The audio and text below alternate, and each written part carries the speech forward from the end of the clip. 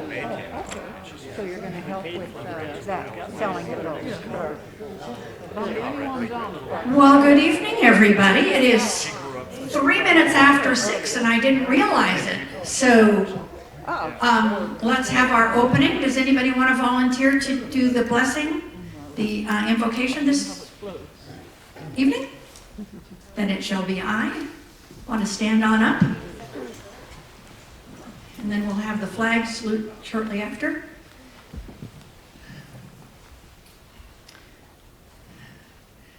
So, Lord God, we thank you for this opportunity to once again spend a Tuesday night here at the Payson Tea Party, where we can learn so many things about the principles that built this fine nation and the people that are in leadership that we enjoy hearing from, and that we might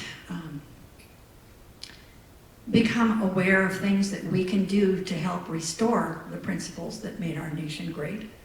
We ask you to watch over our speaker tonight, Steve Christenson, and all of us as we deliberate the issues of Gila County, and we just look forward to a fun time too. In Jesus' name, amen. Amen. Okay, and here's our flag. I pledge allegiance to the flag of the United States of America and to the republic for which it stands, one nation, under God, indivisible, with liberty and justice for all. Whoops. Alrighty, so I had not met Steve Christenson until I think yesterday maybe was the first time, but I can't remember. Oh no, you came here. Did you come to one of our meetings? You came when the mayor was doing his thing? Did you? No, not that occasion, but I have met you in the past. Yeah, okay, well, I can't remember everybody I know, so that's pretty obvious. But anyhow, I would like to introduce you, our newest county supervisor, Steve Christenson. And when I invited him, I said I hope to have as good a relationship with him as we do with Woody Klein and Tim Humphrey, who serves Globe, but he comes up here to Payson and comes to our Tea Party meetings. And each one of our county supervisors has a little bit of different giftedness. So we want to hear about what your specialties are and where you feel like you are going to be the most proactive. Okay, so here you are. Thank you, Shirley. I'm going to try and set up on this. Okay, fine. Is that all right? I need both hands to talk. Person after my own heart. Yeah, okay. Is that good? Everybody hear me?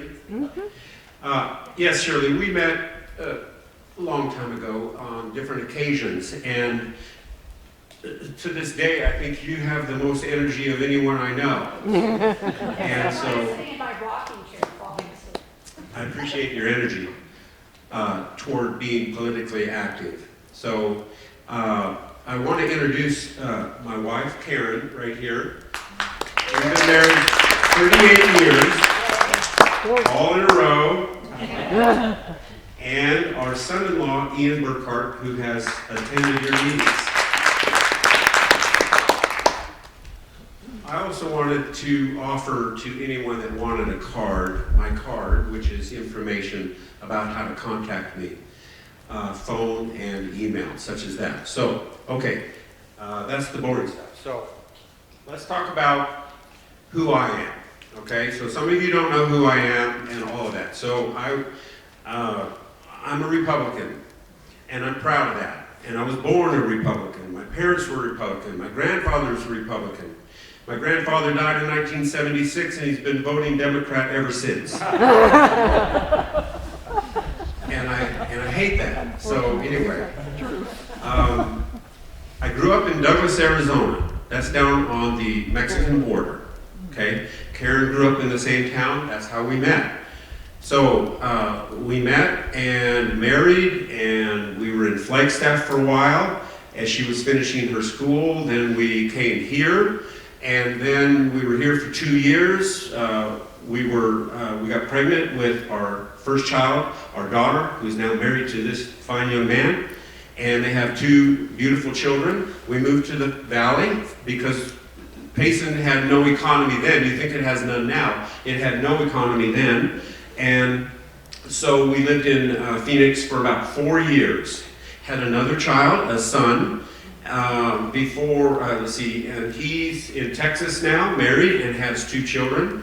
And so he married a Texas lady, so we're probably never going to see him again. He's just going to stay there. So we have to go find him.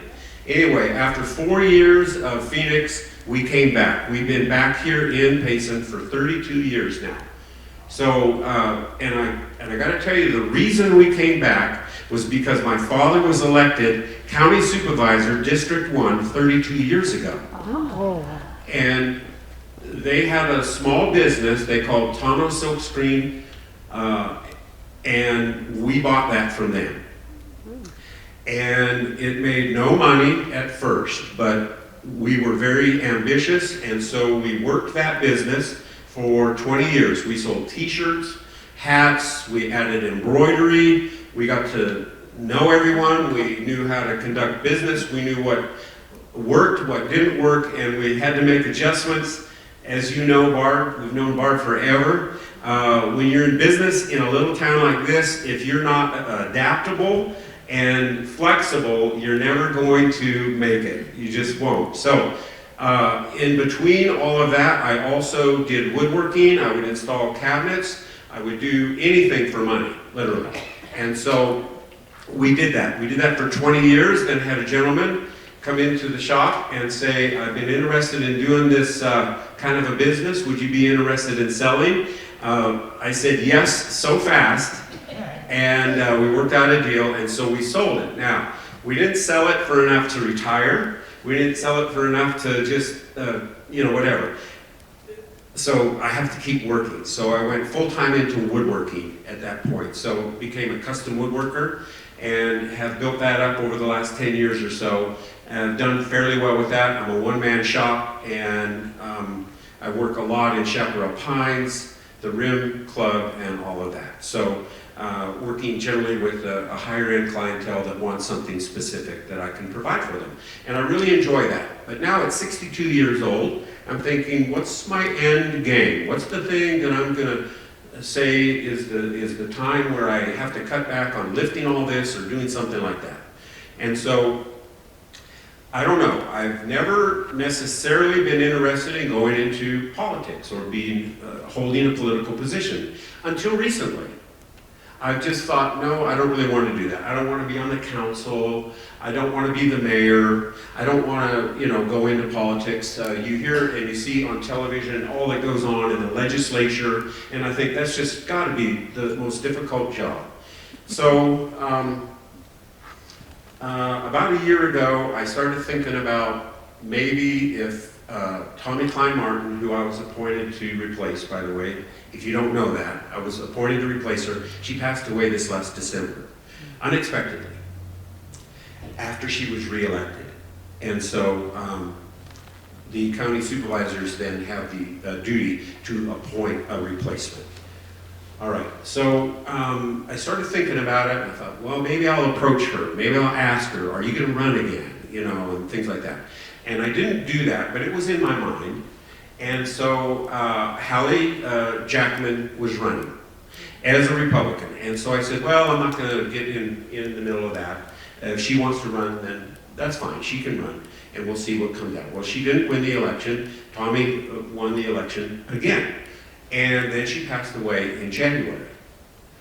And so now they have to fill the position. So that's when several people, unbeknownst to me, notified the county board of supervisors and said, you needed to look at me and others. And of course, a lot of people, I don't even know, it's like a top secret thing. How many people wanted this job, okay? So I don't know, and I don't know all of them. Or I know a few that have come up to me and say, hey, I wanted your job. And I said, well, I'm sorry. So anyway, know what I mean? I need 2 hands. Are you seeing that? So anyway, we went through an interview process, and it started the very first part of January. Went in on a Monday, was that right? Went in on a Monday, was invited.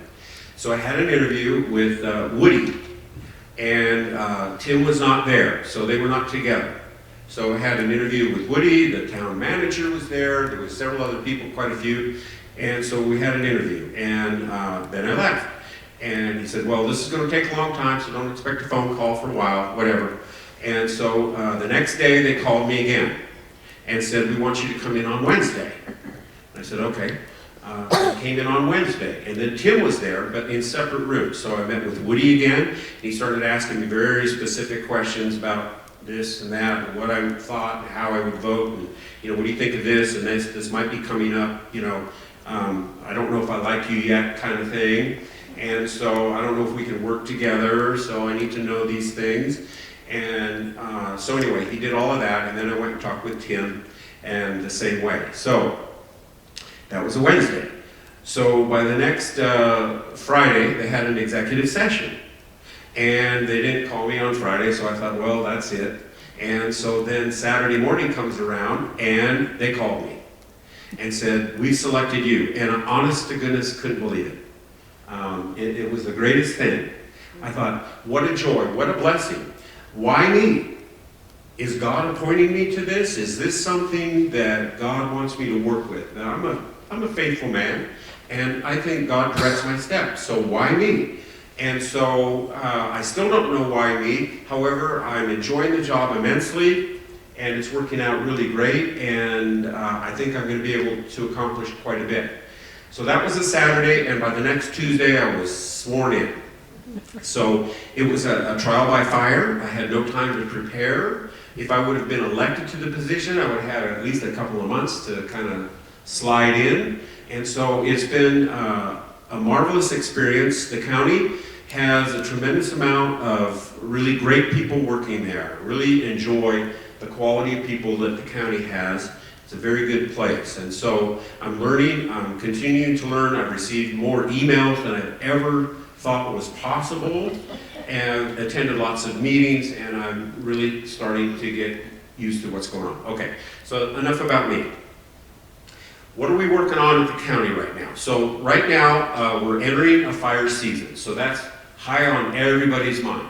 What are we going to do? Are we prepared? We talk about evacuations, we talk about fire breaks, we talk about fighting a fire, fire prevention, closing the forest, all these things. So this is going to be a high priority for years and years and years to come. The forest is so large and vast, it is not something that can be fixed immediately, but we are working on that. There's money coming from the federal government to help with that. There's I'm working with the Forest Service. We're looking at the bladder system that we have up here. The county put in a bladder system that Tommy put in several years ago, and that's starting to age now. And I'm looking at trying to purchase some very large dip tanks so that the helicopters don't have to fly nearly as far to dip in, grab water. So if a fire is 20 miles out of town, they have dip tanks much closer to the fire than having to go back and forth.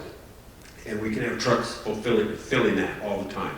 So I'm working on that. That's one of the projects I'm working on. I'll always be working on fire prevention and things like that. And another thing I'm working on is the Fossil Creek problem. If you don't know what the Fossil Creek problem is, let me explain that. Fossil Creek is a creek up by Strawberry that is a very beautiful spot.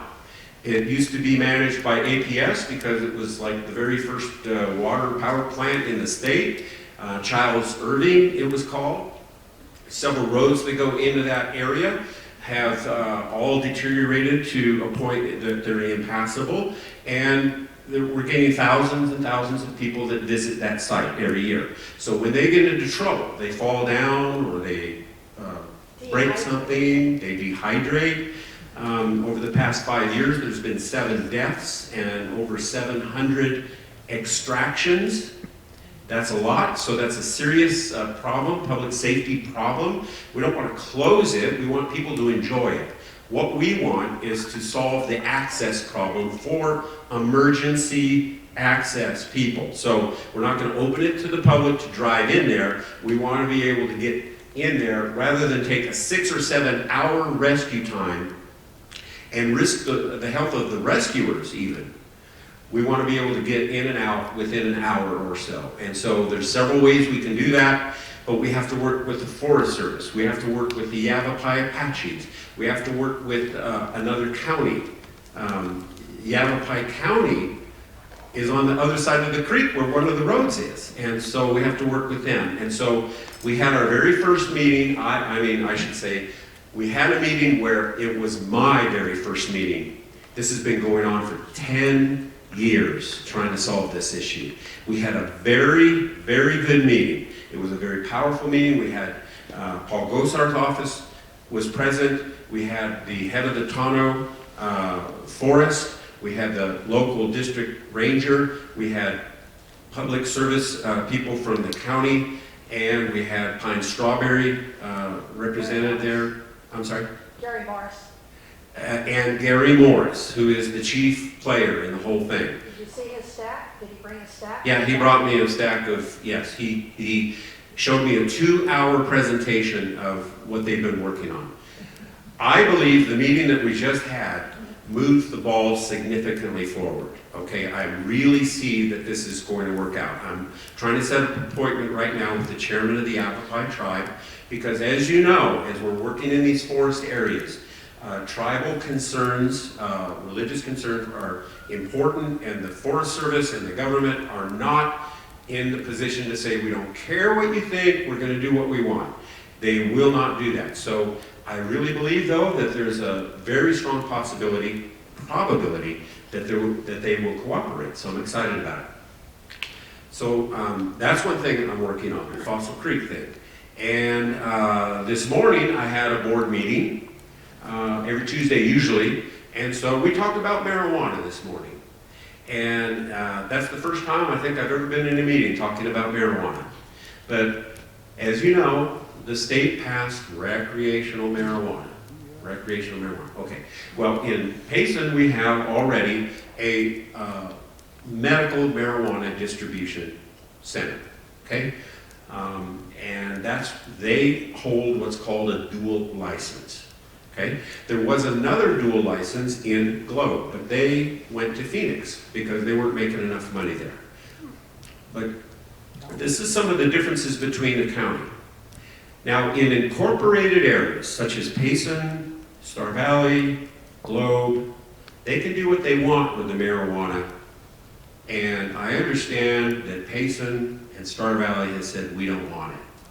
We don't want recreational. You can't stop what we have already. You've done as much as you can, but the dual license in Payson will be able to sell medical and recreational. There's nothing the county can do about that. That's just the way it is. Nothing the town can do about that. But what can the county do about it? In the unincorporated areas, what we can do, and what I plan on supporting, and I believe the other supervisors will as well, I can't say how they will vote, but we are going to have a prohibition on it. We're going to deny any permits, and we have the legal right to do that. We're going to deny any recreational marijuana distribution centers anywhere in unincorporated Gila County. Okay? So, we're not going to have that going on in Pine and Strawberry or somewhere else. Okay? Whether or not that would be even feasible for them to do, I don't know. But we're probably going to be able to have a prohibition on it. We had a work session on it today.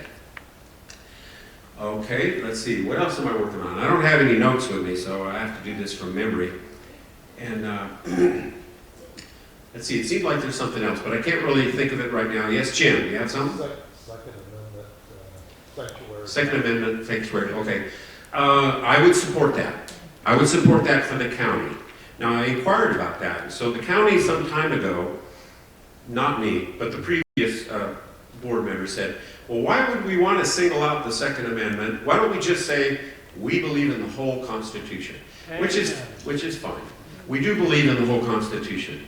But I believe the Second Amendment should be singled out as a proclamation, just as a statement. I know it's just a statement, that's all it is. I believe in the Second Amendment and concealed carry and all of that. So if that comes before the board, I would support that as a proclamation. I would think it would show the supervisors are saying to the county sheriff, we support you and not enforcing, unconstitutional demonstrations. Right, yes. And now our state has done that, and that's good. So that sends a message, okay? So anyway, I'm quite busy. I've got things coming up, and I'm just working for you, for Gila County, and especially northern Gila County. So I'll take questions if you have any. Okay, so, Mr. Christensen, we have two mics. Who wants to hold the mic on this side? Okay, I Charlie can has his hand up for answer, a question. don't have to, And I'll come I don't over need to a this side of mic. the room and Yeah, you do. alternate. Most of us are So, deaf. if Charlie has the first question there, tap it on the bottom. Got it. Okay, and I'm a then pro. if somebody over here has the second, we go back and forth. Okay? All right. Charlie, what do you Charlie, got? you're first. when it's time that you'll run for re-election? Or run for the election the first time? My election will be coming up in 2 years, or at the 2022. And it's because even though it was a 4-year term, I don't get 4 years. I get until the next regular cycled election. So I'll appreciate all of your support. That'll be in 2 years or less. Anybody on that side? Keep it short, Jim. I keep it easy. I only have about 8 questions now. The one thing is, do you support the county effort to have like a broadband enterprise company that's going to provide broadband throughout? And what would you say to Payson if we say that we got the broadband lines coming into Payson? Why would we participate in anything on a countywide basis right now? Okay, let me update you on the broadband. The county has taken a posture at this moment right now to step back and watch what happens. Okay? APS is bringing in a massive fiber cable into Payson. Sparklight has brung in a fiber cable, and CenturyLink already has a fiber cable. We're going to watch and see whether or not these groups connect to each other and create the redundancy that we're hopeful for. And if the county can help in any way, we will do that, but we're not at this point driving it. Very good. I like Hey, Jim, I always answer what you that. want. I just have one Jim, question. before you do all of your questions, let somebody else I have just a question. want one. Oh one more. my gosh, okay. And it's on election integrity. And I called the election office over there before, and I was told that in the future, there will not be a D or an R on the envelopes that are sent out for the mail-in votes. This last time, our ballots, when we were sending our envelopes in, people in the Postal Service, anybody else could see whether it was a Democrat or Republican. Really? And I think that was just horrible. And I think that there were some other efforts, and especially like at Expedition Church, that voting place there, that I thought were unethical maneuvers by certain people. And I didn't feel like Eric responded to those as he should have. And if you see it, I'm telling that. But Well, let me know more, Jim, if you know more about that, because that's something I'm not real familiar with. Karen and I don't mail in our ballots. We go on election day. We're just real proud to do that. So I didn't know that it was D's and R's and all that. I would agree that that's not right. Definitely. That sets it up for a real possibility. And I was actually Wendy Rogers was showing me yesterday how the ballot that she's putting forth, or that she's supporting, that is a very technologically advanced ballot that cannot be copied randomly. Watermarks and things that show up in black light, things like that. So.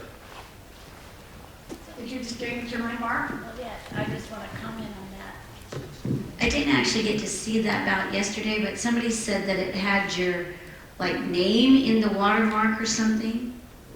Okay, so to me, that goes against your right as your a ballot, because it was like, okay, I could cast my ballot, and you read the watermark, and it's like, oh, Barbara Underwood, oh, you voted for Trump, whatever. I mean, isn't that taking away your right to a secret ballot? So I do have a little concerns about that she said she was trying to push to go forward. What are your thoughts on that? Well, I didn't hear that, but I don't know how that could possibly happen if you walked in to vote. No. So if they're mailing you your ballot with your name on the ballot, no, I would not support that. It's not your name on the watermark. Oh, I thought There is a barcode that identifies your precinct and stuff like that. So they can keep track of the number of the ballots that they send out, and not the name. but not your name, not your name. So it's still a secret ballot, Yeah. okay? Good. So, Good, clear. and this is Doug, the new guy. The new guy. The new guy. Yeah. Hey, I just was curious. I've always thought about the situation with Payson in comparison to Paradise, California. Would you comment on our situation versus theirs? Well, we've been here 32 years. To my knowledge, there's never been an evacuation in Payson. Now, does that mean it could not come? No, I don't fear it myself. I don't live here afraid to be here. And I would encourage everyone to not be afraid. Fire is devastating and is dangerous, but there has been, in the last 10 to 15 years, a tremendous amount of thinning around Payson and the other communities. And the thought is always present, what would we do if a fire starts? So the fire breaks, if you want to call them that, do two things. They protect the town from fire, and they protect the forest from the town. So if the town catches on fire for any reason, somebody got a house fire, we don't want that to spread into the forest as well. I would say, relatively speaking, Payson is in good position right now for the fire season. Is it 100%? No, never will be. I don't think it's impossible to be 100% safe from fire. Fire exists. We have, fire departments, people around. We buy new trucks. We have stations everywhere because fire can occur. The best thing we can do as a community and as a county is to make your individual properties very fire safe, fire wise. Because if embers come from a distance and light your grass on fire, then it could lead to a fire of your home. Okay, and if a lot of embers are coming, it could lead to several fires. But if the condition of your lot is good, then that's less likely, much less likely. Yes, sir. One of the things I just wanted to point out to you, the area along Tyler Parkway, it's circular out to 87 and 260. There's a triangle area there that's very high-priced homes. It is so overgrown, you couldn't walk through it. And I just wanted to bring up to you that area needs to be fire-wise, because if it starts, you won't be able to stop it. Okay. Now that would be within the boundaries of the town of Payson. And so I'm just going to let Jim answer that one. There you go, bud. I don't know how to look into it. I learned to say I don't know from you. I have the answer to that. Okay. Would you like to hear it? Sure. I've been serving on the Firewise board here, County Payson, for about 6 years, maybe a little longer. And we are the ones that helped our new fuels manager, who is Kevin McCauley. We work as a committee, an educational group under the auspices of the fire department. So there had been some complaints to the town council about how come we're not honoring open meeting law and all that stuff, because we are not a town committee. We are with the fire department. So anyhow, there's about 12 of us, and we are trained to do come to your home and do Firewise, what's the word I'm looking for? Assessments, and all of that.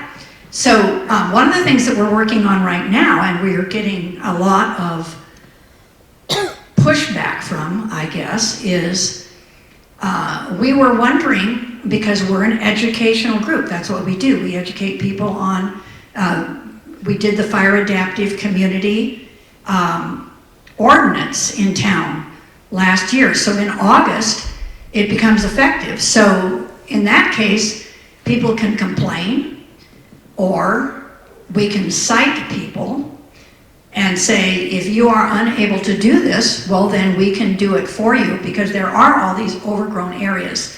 The town is starting to be real responsive. We've got a grant right now from over by Rumsey Park, because it is town property.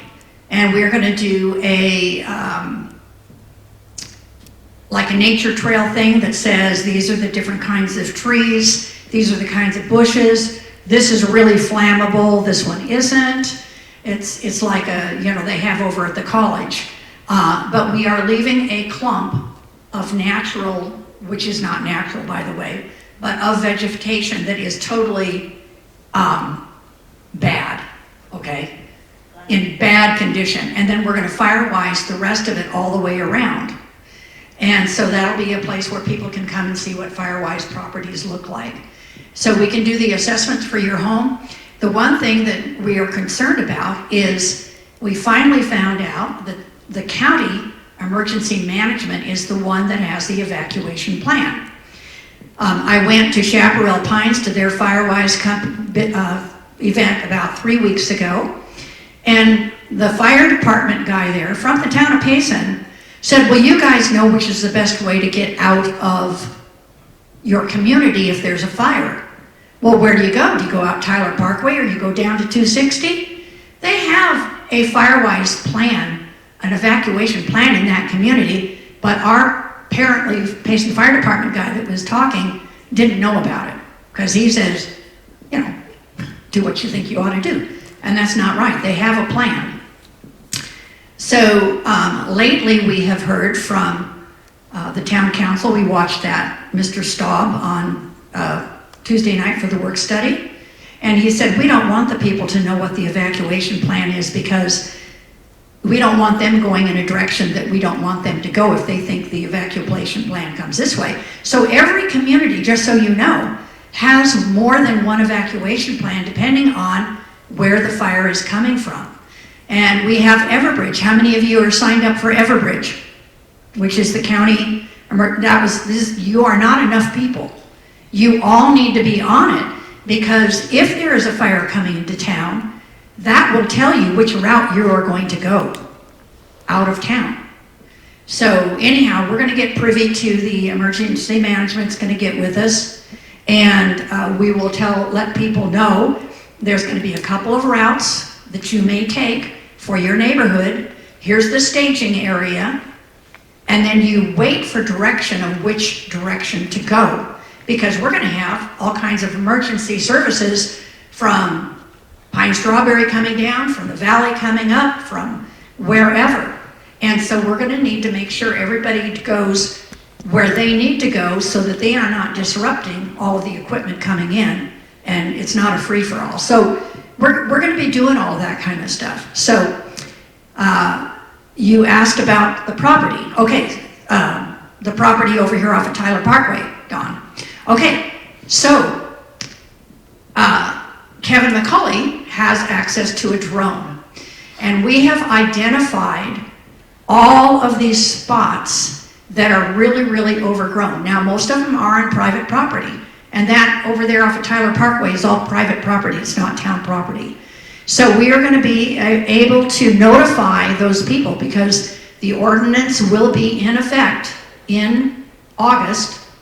And so we will be able then, if a lot of those lots are out of state owners, and if they're going to end up selling the lot, they're going to need to firewise it anyhow. And if it is a hazard to other people's homes, the insurance will just tell them about, okay, well, so the insurance rate is going to go way up if you know, for all these people. So anyhow, we're working on it, guys. So we finally just got the ordinance last year, so, and that was after 3 failed efforts before we got it. So Jim looks like he has something to say again. Well, yeah, and our main thing, and we talked about it even before the meeting, just the first, if people get a warning in town, they just need to know the first step or two, you know, which artery do I go? Everybody, they're going to have to either go to 87 or 260, and it makes a big difference what artery you're going to take there, because I don't believe we're going to have public safety service people at every intersection to be able to get you out on the main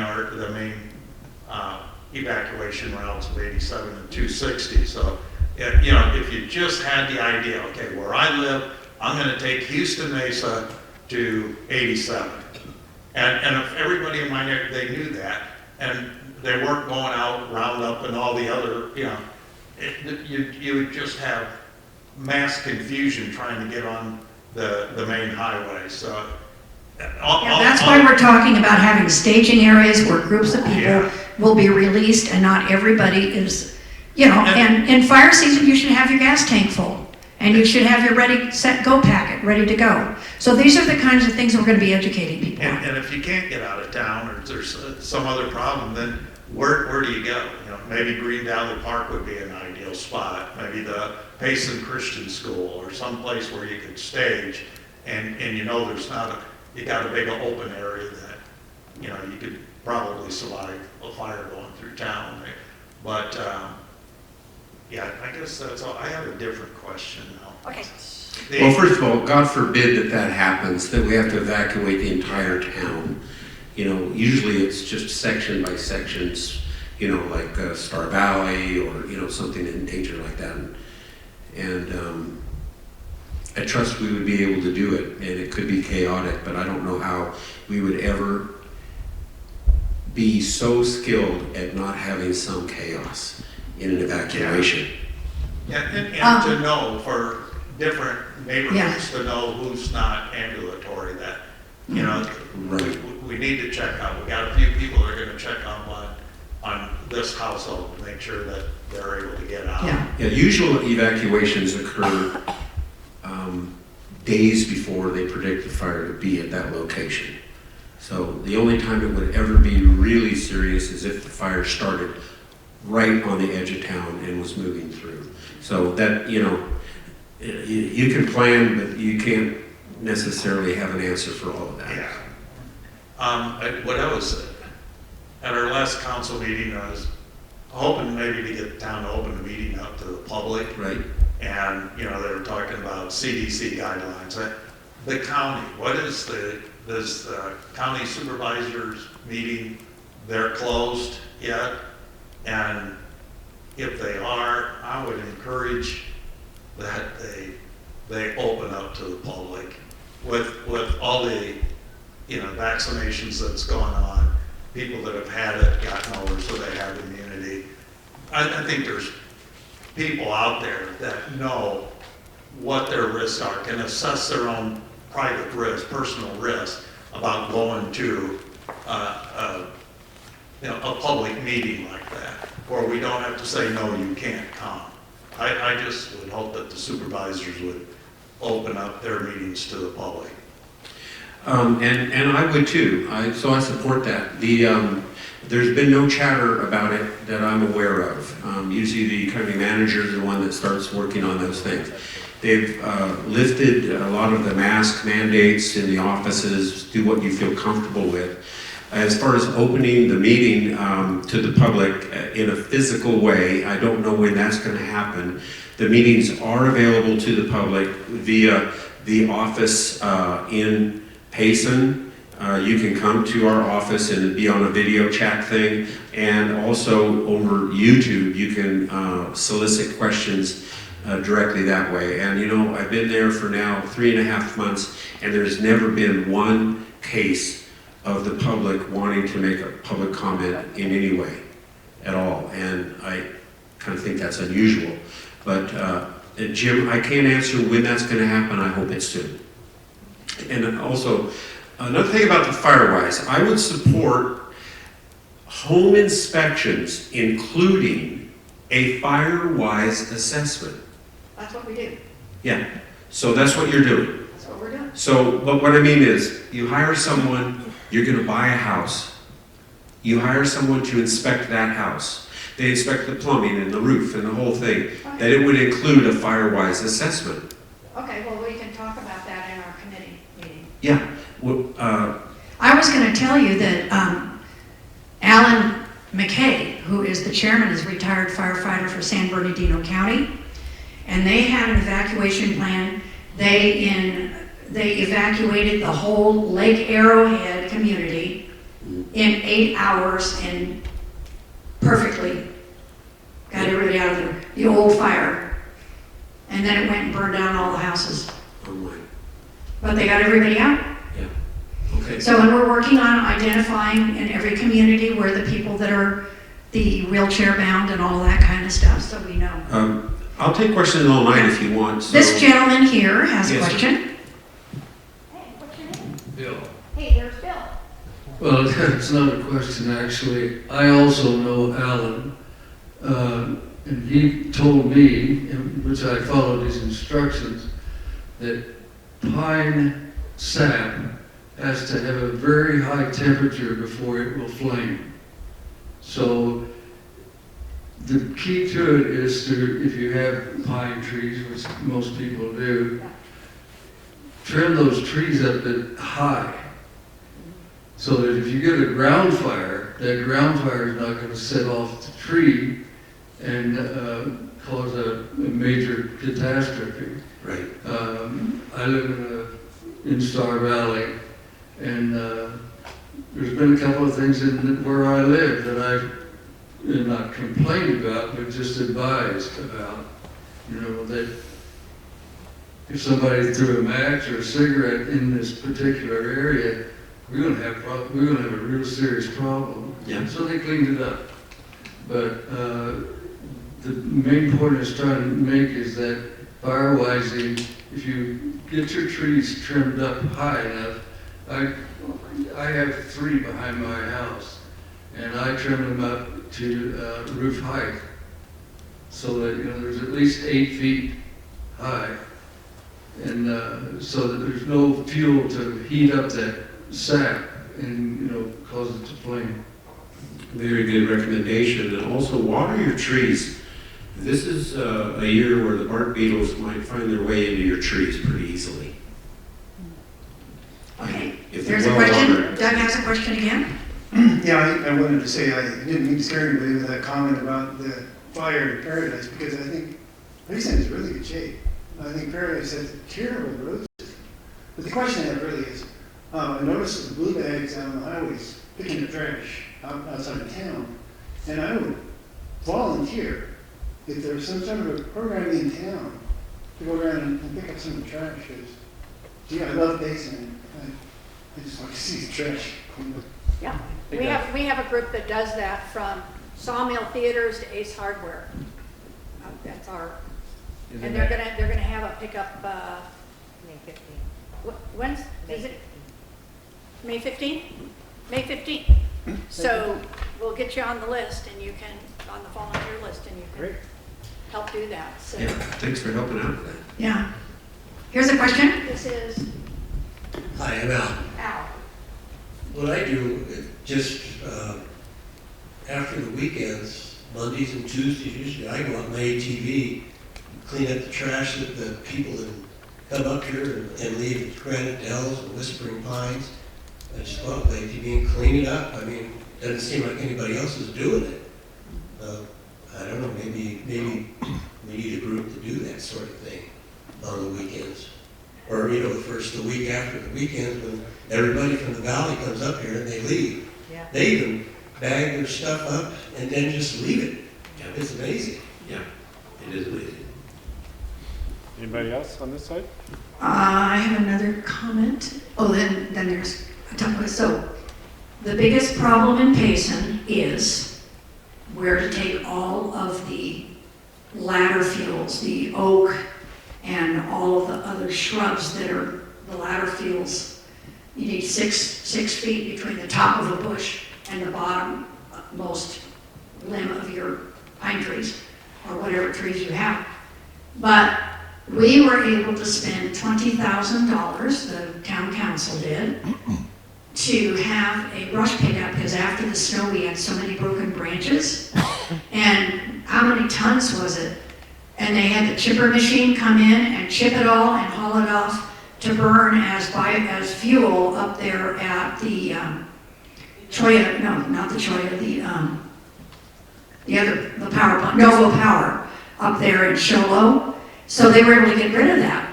But they're not able to burn at the Blattner pit, the Star Valley pit, or the one up on 87. So when that's full, then people can't bring all their shrub from cleaning up their yards. So that is a huge, big problem, and we need to find a designated area, or we need to get an air curtain burner so that we can set it out somewhere and we can burn twice a week in this thing that will not throw sparks off and get out of control. So at some point I'll share air curtain burner with you.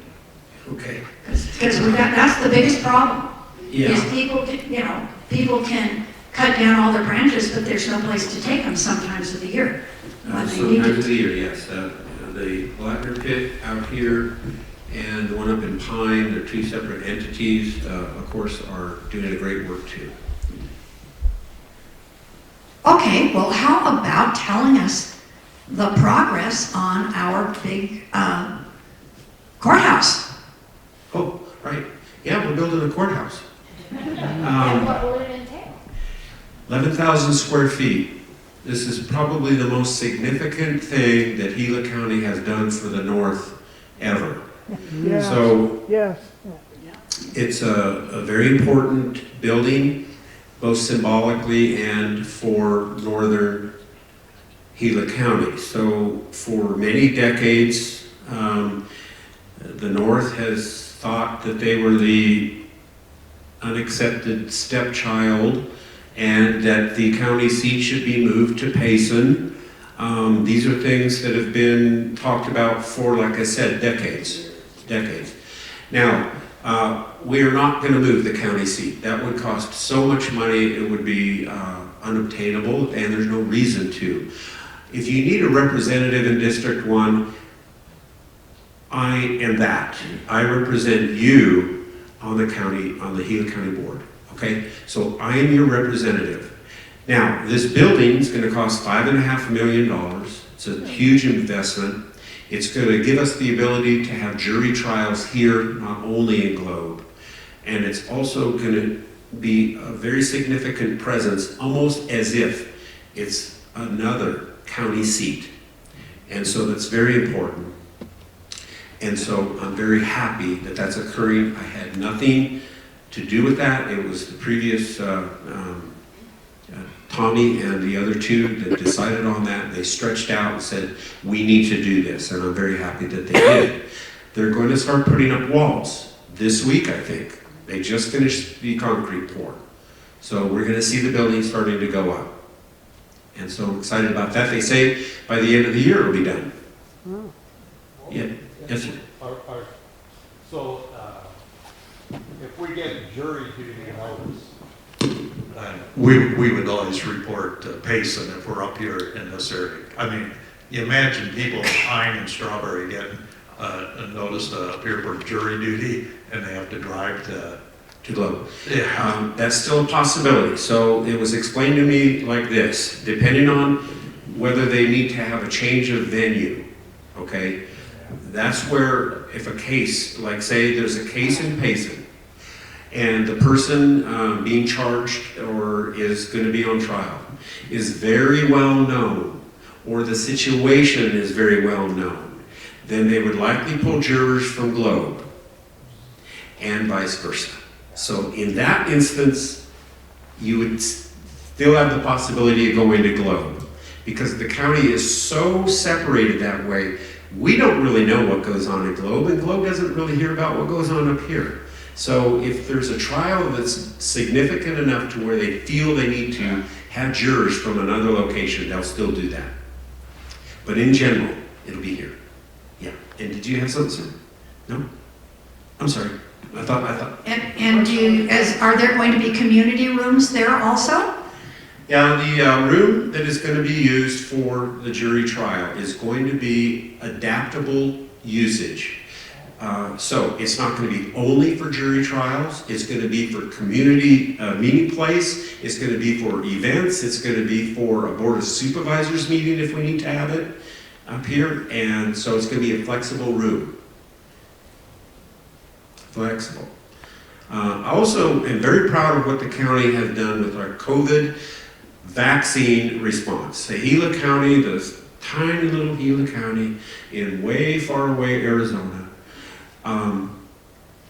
led the nation in distribution of vaccines, and I'm very proud of the people that have been working in that. Michael O'Driscoll especially pulled together a team, pulled together the right people. They hired, and it's all being paid for by grants.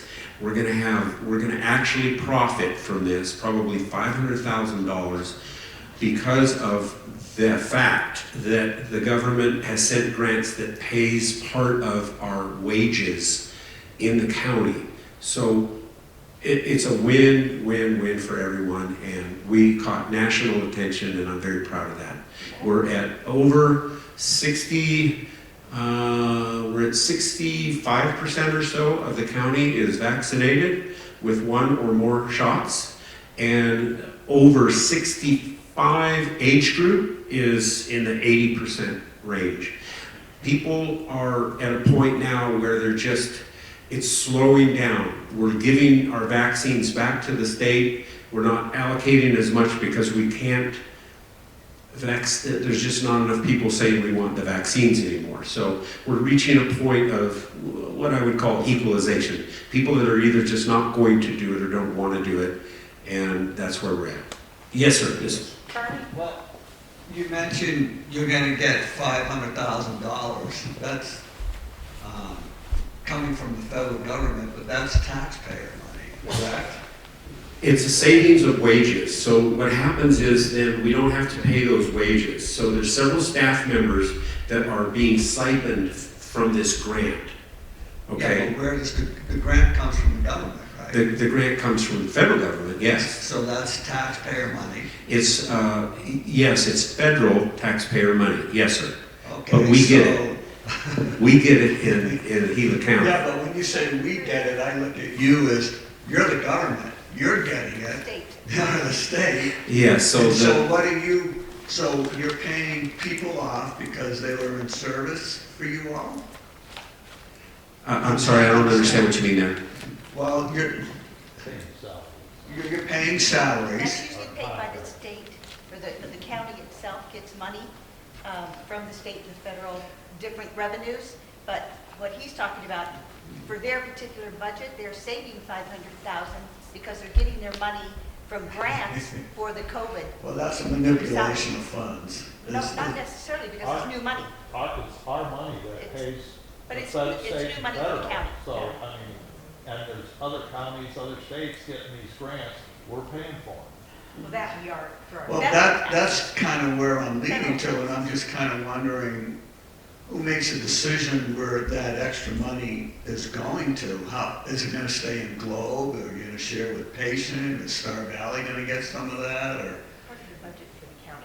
Well, the county benefits in general. So what happens is, then when we develop the budget, which is coming up, then we have a more robust ability to take care of things throughout the county. Without raising taxes. Without raising taxes. So if we need equipment, if we need something, if we need equipment, if we need upgrades, if we need to hire more people, if we need to purchase something, then we have that money without having to tax more or go without. Well, I guess the question is the state is in a, When it comes to government employees, I don't even know what I'm talking about, but we, the people, owe for mismanagement of retirement funds for, I guess, fire department or whoever it is. So is the county thinking about putting money into those retirement funds for these people? Well, we already are, sir. They got, that was a debacle of sorts, and so Gila County is having to pay a considerable amount of money over time to restore those retirement funds. but it's taxpayer money. Yes, sir. Yes, sir. So what I'm saying, I'm looking for a way for you all who receive a salary, who needs reimbursement, and you're getting this money, why are you not supplementing and putting that into these retirement funds instead of constantly asking us to pay for this stuff? And I don't know how the system works, but I'm pretty upset about that because no one did anything for my 401k or anything like that, and I just think people are just being leeches. They're just leeching off the people, and it's pretty upsetting. You know, and I'm sick and tired. You keep talking about, oh, we're getting this money from the federal government. Well, stop getting the money from the federal government, and let's take care of ourselves. And it's not free money. It's coming from somewhere, and it's coming out of people's taxes. And I don't know, I'm just tired of listening to the manipulation of budgets, and you're taking money from here, that's supposed to be for that, and going over here and doing this and doing that, and trying to balance your books. Run for election. I can't even follow it. I'm trying to follow it, but I can't even follow it. Yeah, I'll vote for you for president. I mean,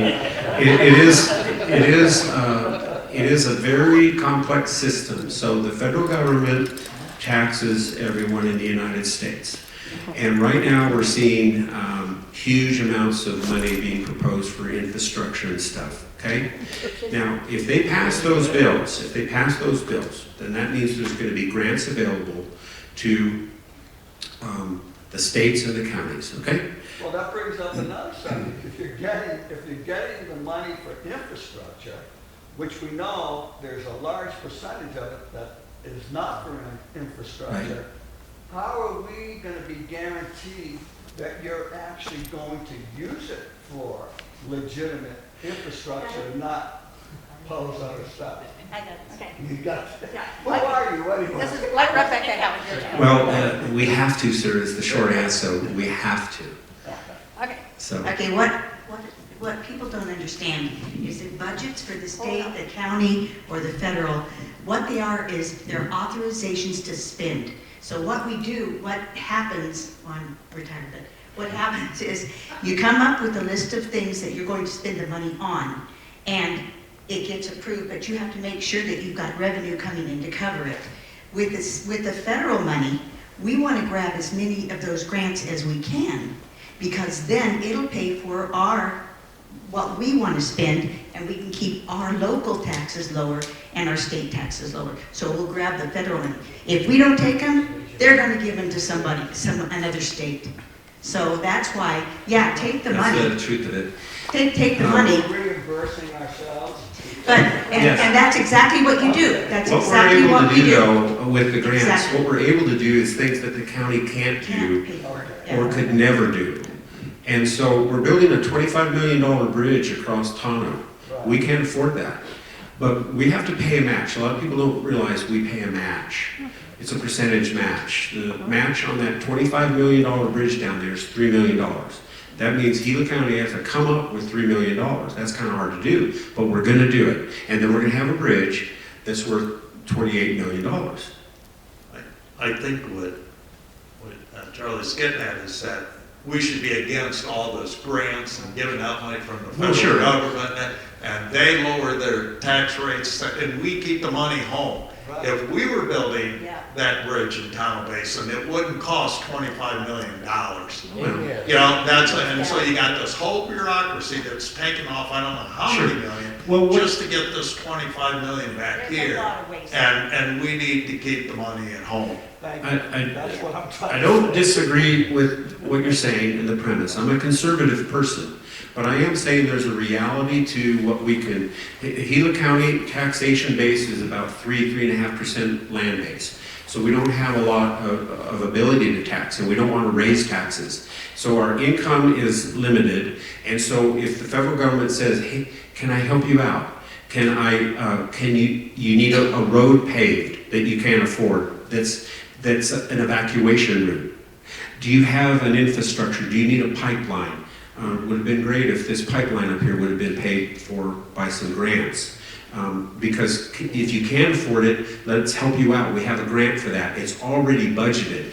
Whether you agree with that process is another thing. But as your representative, it would be my responsibility to do as much for you at the smallest cost possible that I can do. And if that means the federal government and its corrupt system has a huge check for me, we're going to take it and we're going to improve the lives of Gila County. That I have to do that. Yes, sir.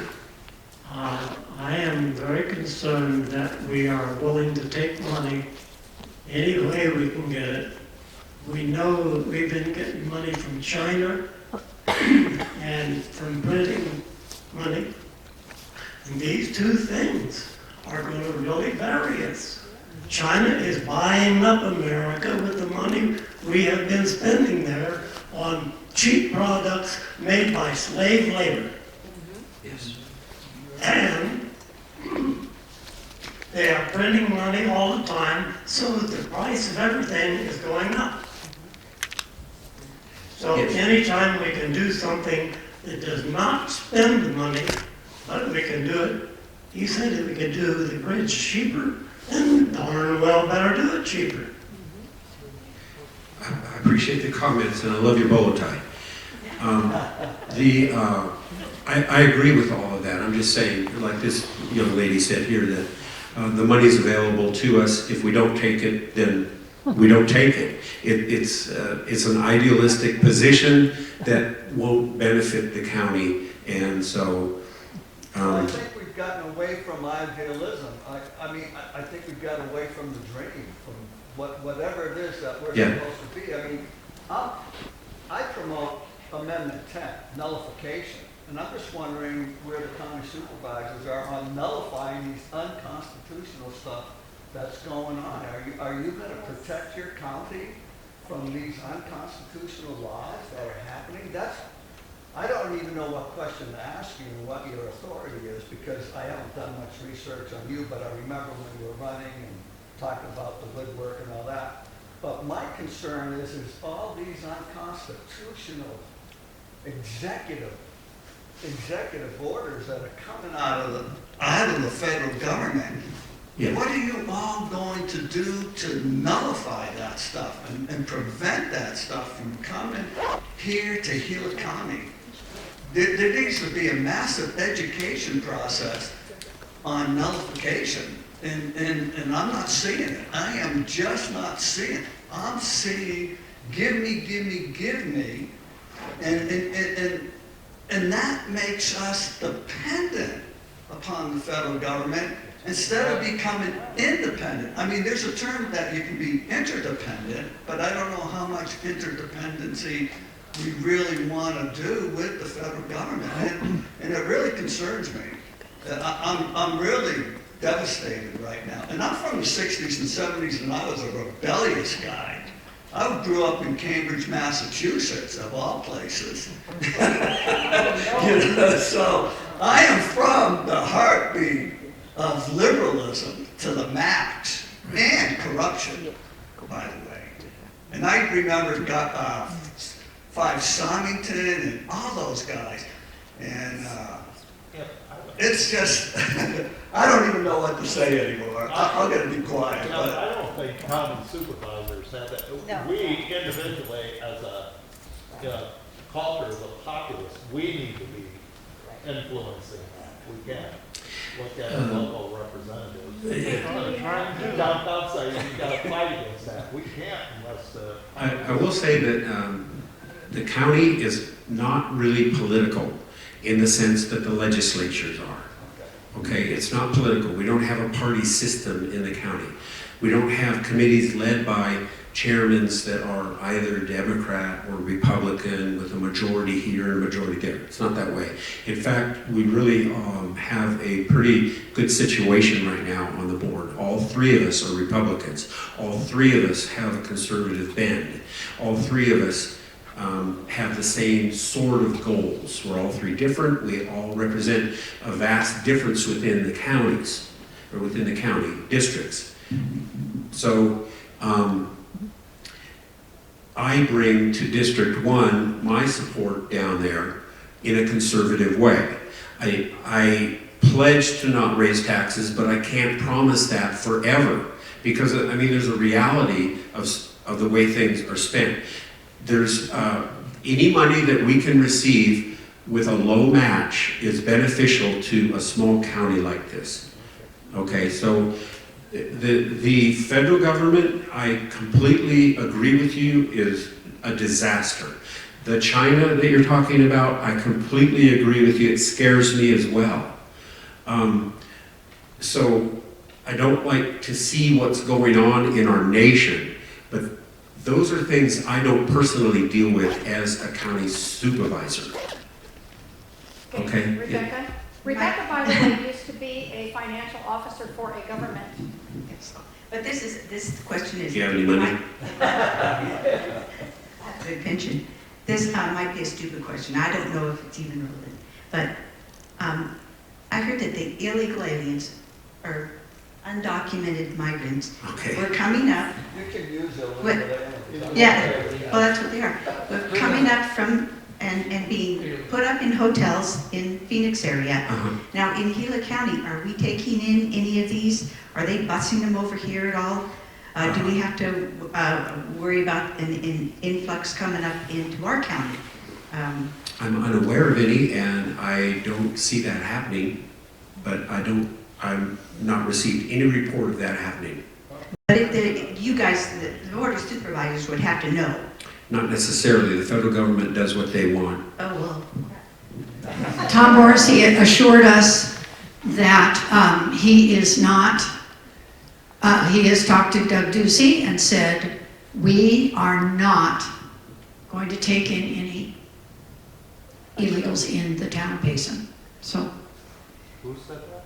Doug Ducey, governor. No, Doug Ducey, when you have these people from overseas, you know, he said that Arizona was going to take in more than what we had to. He agreed to do that on a federal level, and when I tried to ask him, he walked away. He wouldn't even talk to me about it. Oh, yeah, well, So that was before this year's crisis. The thing the county can possibly do is say that we are, you know, are financially strapped. We are not. Yeah, cannot afford it. These people from foreign countries into our county because we can't afford to do it. And I mentioned something, I maybe the Woody like that before. Yeah. But we can, you know, we can take up, they don't tell you. Yeah, they don't tell you, that's what he was saying. You do what you want to Okay. do anyway. Drop them off, and they don't tell you. Middle of the night, they I've drop heard them of off other at a church. counties and other states that, you know, declaring themselves, you know, we're not gonna take them in our county because we can't afford to do it. Yeah, but you don't know they're dropping them in, what are you gonna do? They're already there. Well, actually, Put them in jail. I don't know, but as a people in America, I thought our counties were the places where we can take a stand.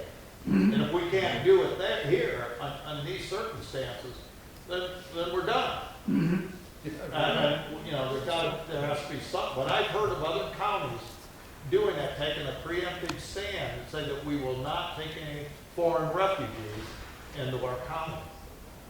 Yeah. Okay, so are there any other questions for County? I have something to share that I forgot to share, and I finally remembered it, Brad. It is about, and Jim,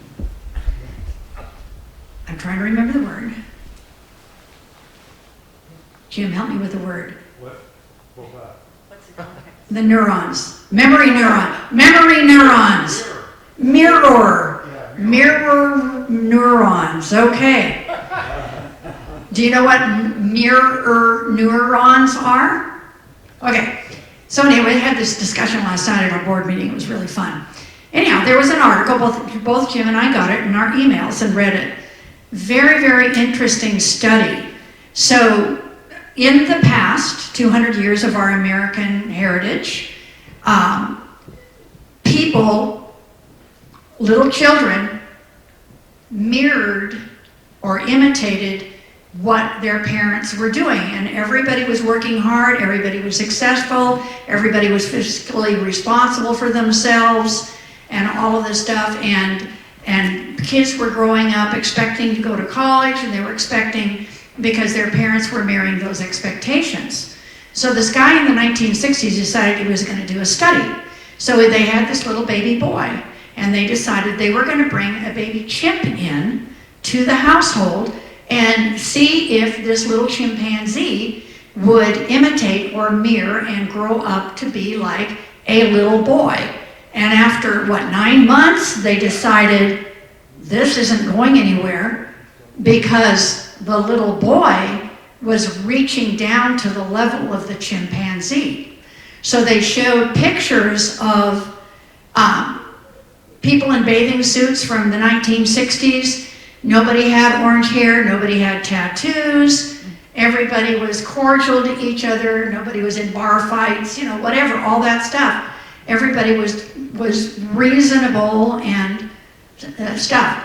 And yet now and now, these kids are watching Snapchat, the kids are watching TikTok, the kids are watching all of these abhorrent behaviors of their peers, and people are getting, the kids and even the adults are getting dumbed down. So the whole point of the thing is, if you, and this is not a joke, but it's going to sound like it when I say this, if you are trying to reason with a Democrat or these liberal leftist arguments, they're only going to bring you down. You're not going to ever bring them up. So anyhow, it was just a very interesting study. It was like 2 or 3 pages or something. There was the whole thing. And there was a video in there too. Yeah. So very, very interesting what's out there for us. So anyhow, I just thought we would share that. So is there anything else? Because we can always visit for another 15 minutes. Here comes. Just one quick question. Three county supervisors, how big is your district geographically, and how different is it from the other 2 districts? Do you see your challenges? Okay, so good question. There's about 55,000 people in the entire county. The districts are based on population for equal representation. The last time we redistricted was 10 years ago. We just had a new census come out. The census now, we don't know the results of it, but we will be redistricting again, looking at that by the end of this year. Okay, so it will be based on population. Largely speaking, the largest land area district is District 3. It's enormous. It consists of the San Carlos Reservation and comes all the way up here to Payson and all the way south. It's enormous. District 2 would encompass more or less the Tonto Basin area, Gaisila, Rye, and south of Payson, etc., and extends down, way down south as well. So District 1, my district, your district, is essentially Payson North. Now that's rough, okay? There are parts of Payson that are not in District 1, okay? And this happened 10 years ago. Chaparral Pines, the Rim Club, Star Valley, Lion Springs, Frontier Street South on the east side of the highway. On the west side, that's mine. Okay, so it kind of snakes through some of the streets and ends up over into Star Valley and the Rim Club, Chaparral, etc. And that was a process that just basically they needed those numbers down there. So when we redistrict, we'll be looking at that again, and I really hope they don't shrink my district, but we will be compelled to balance that with a great formula, actually. We cannot isolate certain groups. We can't make a certain neighborhood a disadvantage, like splitting a neighborhood. The greatest example would be, let's say the Tono Apache tribe would lie within 2 districts. You would not ever want to do that. The entire tribe would want to be in a district, okay? So that's an example of what we can't do. We wouldn't want to go in and split Mesa Dell into 2 districts. It's a community. So you have to look at those kind of things, and so we haven't started that process. We don't have the numbers yet. Thank you. Yeah, you're welcome. We did find out today, it has been rumored for well over a year that we were going to get a 10th congressional district. Right now we have 9 congressional districts, and we just lost out.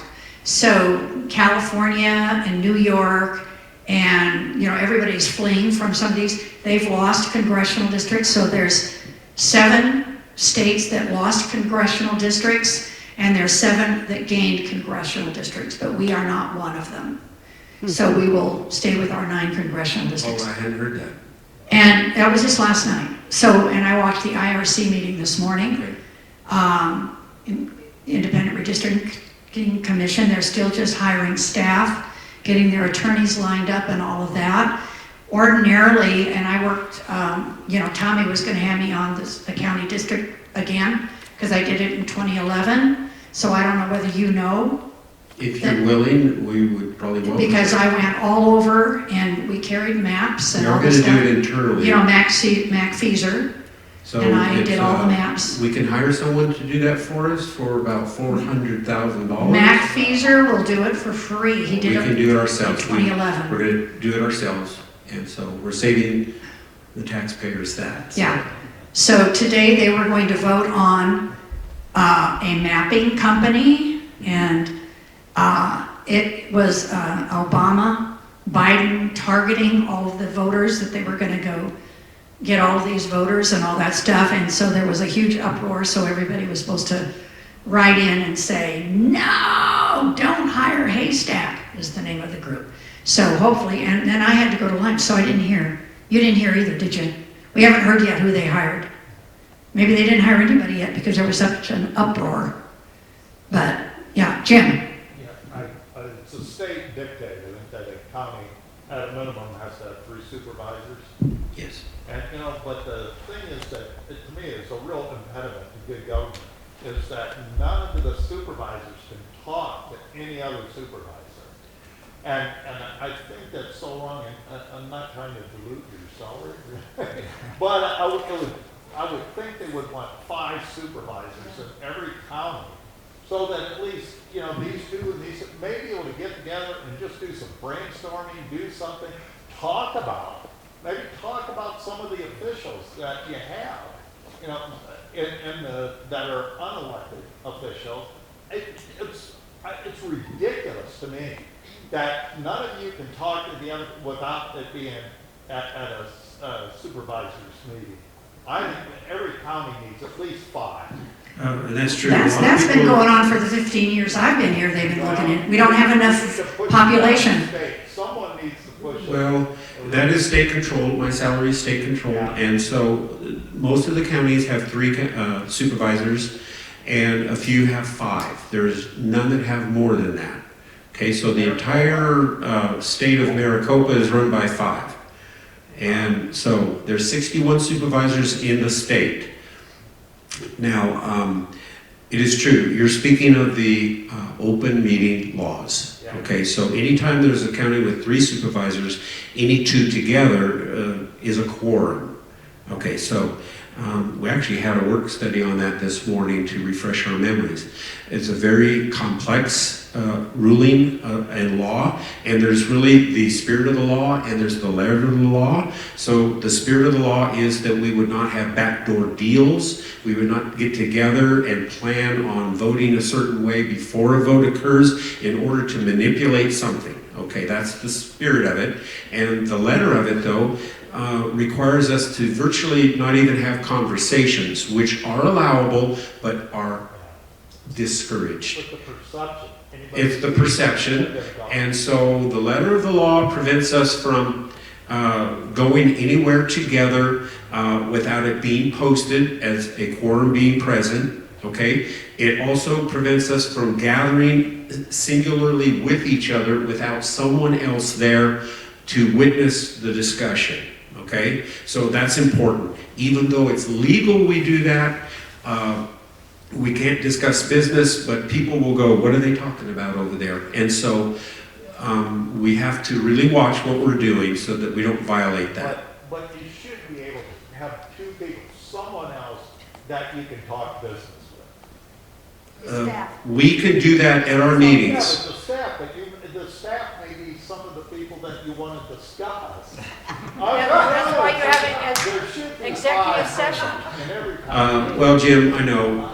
I guess agree with that, but however, that's not where we're at, and so we can't do that. I know, but there could be effort to change that. And so I can't even have my assistant contact another one's assistant, ask them what they think of, and then get back to me. I can't call them on the phone. I don't even know their phone number. I can't email them. It's blocked. There's no way to communicate with them, and it's okay. We do conduct work studies, and we're able to talk that way, but no, we can't just sit around the campfire and talk about what we're going to do. No, we can't. Yeah, and the answer that, well, that's the way it's always been. It's not an, we gotta stop. Shannon's is giving you the That's just the word. way it is, and it's always been that way. Yeah, we're not going to get an improvement there. If anything, it'll get worse. Okay. So, we have some money to give away. Our 50-50, how much do we have? $39 is the half. Yes, it's the half. We collected 78. Okay, who's gonna win? Please, April. I'll take it. Oh, April's gonna draw. And you might need to draw again because a couple people left. 49400. Do you have your tickets? Yep. Okay. Did you win? Is it okay? I'll give you $20. Is that okay? I don't know. Somebody said, is that right? Is that the number?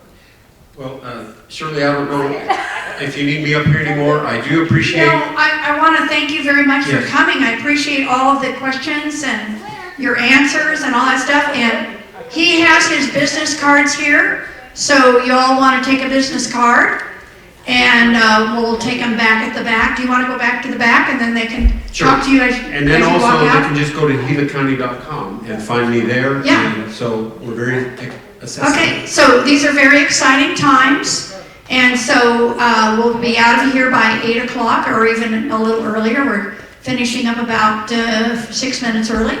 So anyhow, anybody have a last word they want to share? Thank you. Thank you. Oh, Roland wants to say something. Wait a minute. Roland has something to say. I'm going to drive around tomorrow and see if I can find the guy that worked with me. We spent one whole summer clearing lots. They were so brushy, thick, you couldn't walk through them. But anyway, he had a big trailer, and we hauled all this brush up north. There's a dump up there, a county dump. You probably know where it is. I do. And we worked for free. The only thing we got paid for was our gas. But we worked the whole summer and cleared the lots, and we hauled all the brush up to the north, to that dump. Well, thank you for doing that.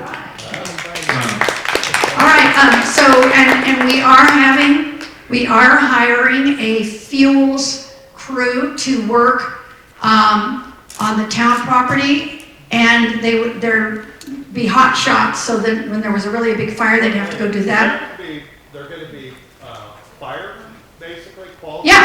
Hot shot. Why do we have to pay, I'm sorry. No, they're not firemen. They're not firemen, okay? Okay, we don't So- have long-term obligations. No, we don't have any long-term, but, so they're gonna be working on that, they're gonna be trained and working and being able to help people with grants, you know, they can't do them. So anyhow, thank you everybody for coming, see you next week. Mark Fincham is coming, okay? Good deal.